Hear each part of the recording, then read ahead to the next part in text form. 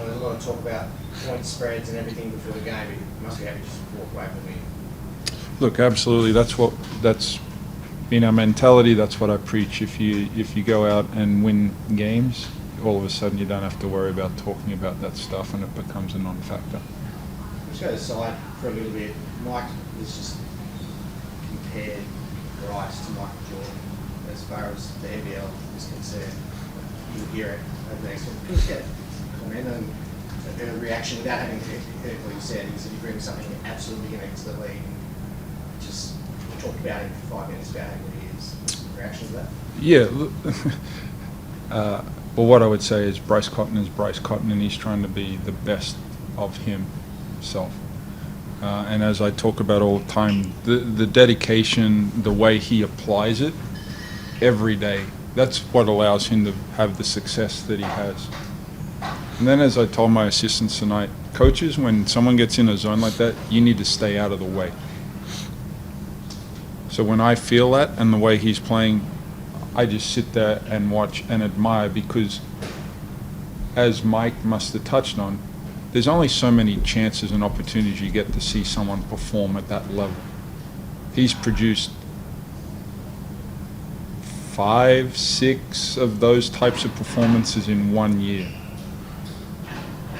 Pretty special.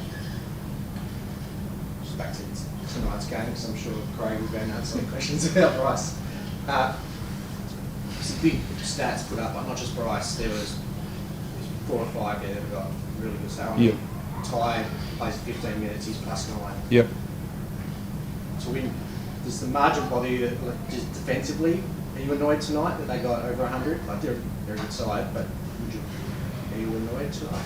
No, I talked at halftime about the way we played in the first half, like the free throws, the layups. We had 4 turnovers in transition. So then all of a sudden that puts like pressure on your defense with who we are, to come up with stops. Like we inflicted the wounds in the first half ourselves. So the only way you can fix that is taking care of the ball. And then all of a sudden I think we missed 1 free throw in the second half. We control the glass. We turned the ball over 4 times total. So those are the things that I look at and use as indicators for how we're playing and what's causing us to play that way. And look, the flow of the game, that dictates the score. It's not whether we're playing good or bad defense, but the second half, the flow of the game was like to our advantage, so that I was happy with the way we went about it. Composure-wise, you 12 down during the third, everyone in the building noticed that a loss is a ladder position, and similar to finals loss, there's a general result. Yep. After this game. How important was it from a preparation point to experience that now and be able to get back out of it and win what's a really important genuine result? What I would say with good growth with this team is when we get in a timeout, their collective voice about how they're going to solve what's going on. I forget which recent game it was. We did not start flash in the fourth quarter and we're down double digits tonight. You talk about that. So the resolve and the togetherness that this team has shown towards the tail end of the regular season is very good confidence building for us moving towards the playoffs. I was heard Randy say, Mike Bowles mentioned that Phil named Michael Jordan in the same sentence before and wasn't taking the Mickey or didn't say accidentally, he was absolutely pumping him up. What's it like to hear that being said out to Mike? I mean, yeah, it's pretty cool. Shout out to Mike. Yeah, I go out there, I play the game from my heart like I have ever since I was a kid, and it's good to be respected by your peers and the coaches you play against. Start of the last quarter, like you think it was in the first 5 minutes of the quarter. What were you setting yourself for at the start of the last quarter to make that sort of impact? What was I what? What were you setting yourself for to make that sort of impact? Like you looked locked in and just getting this man back where we need to be. Just competitive. I just looked angry because I was, and I just understood the urgency of what this game meant, and I felt there's been a few times throughout the season we fought to put ourselves in good position, and we may have dropped the ball in games following, and just didn't want that to be a repeat. You want to say something here before we have, like, we had a conversation that got you going before it even started? No, just light banter. So we go back from the Big East, so it's just Big East talk. John, I touched briefly about the stats on some of your players. The four of your squad and the health of your squad heading into the playoffs. So there were big stats. There 2 double-doubles. Christian Verwell played with fouls against Montrez and kept him. He looked like he was going to blow the game apart. Montrez to start with. Ends up with 9 assists. Again, we talked about Ty. Some big stats. You head into the finals in your form, don't you? Well, guys are back. Guys are healthy. We understand how to utilize each other's strengths at both ends of the floor. And, for part of the season that was disruptive, like KP, you talk about Ty. Dylan was a little disruptive when he initially got here, and for him to figure out the league, and for us how to utilize his skill set, because he's a tremendous all-round player. And then for someone like Doolittle to continuously slot in with those guys as well. But we can't get too excited, too ahead of ourselves. We have to have a purpose and an intent with the way we play, so we can continue to talk about the team in this fashion. Hey, you're going in finals, Bryce, from a team perspective, where do you reckon this team is compared to other of last year's maintain what it was this year? No need to compare from last year, but I think going into these playoffs, I'm happy that everybody's healthy. I think that's huge for us. We didn't play a whole lot of games where we were at full strength, so I guess this is as good a time as any to have a healthy team. So feeling pretty happy about that. And the MVP in a couple of days' time, and have you considered what it would mean to add a fifth?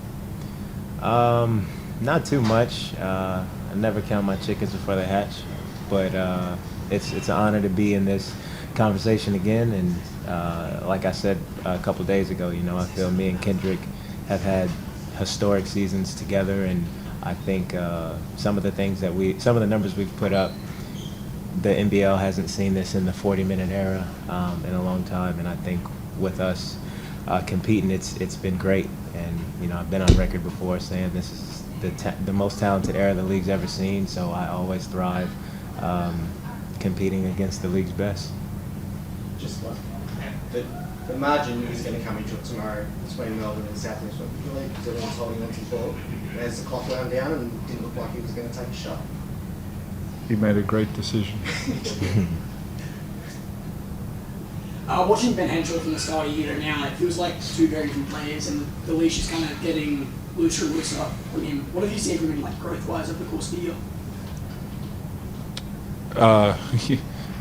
The growth, I think it really starts off the court with him understanding what it really takes to be successful throughout the week before the game comes around. So when he gets to see BC every day, Wagstaff is doing a great job of mentoring him with life.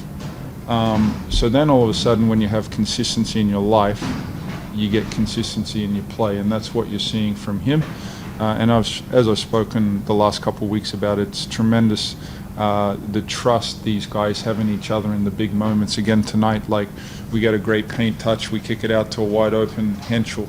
And that to me is when each team has trust in each other at that level, that's when we are building something. And I come back to the way we talk in timeouts and guys, very engaged. He's in an environment where he's trusted, and I think he feels like he can play and display himself the way he wants to.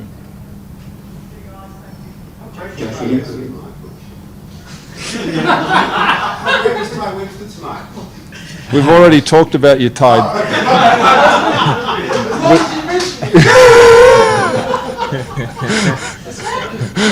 Okay, now you can go, Josh, after Ty's got his question in.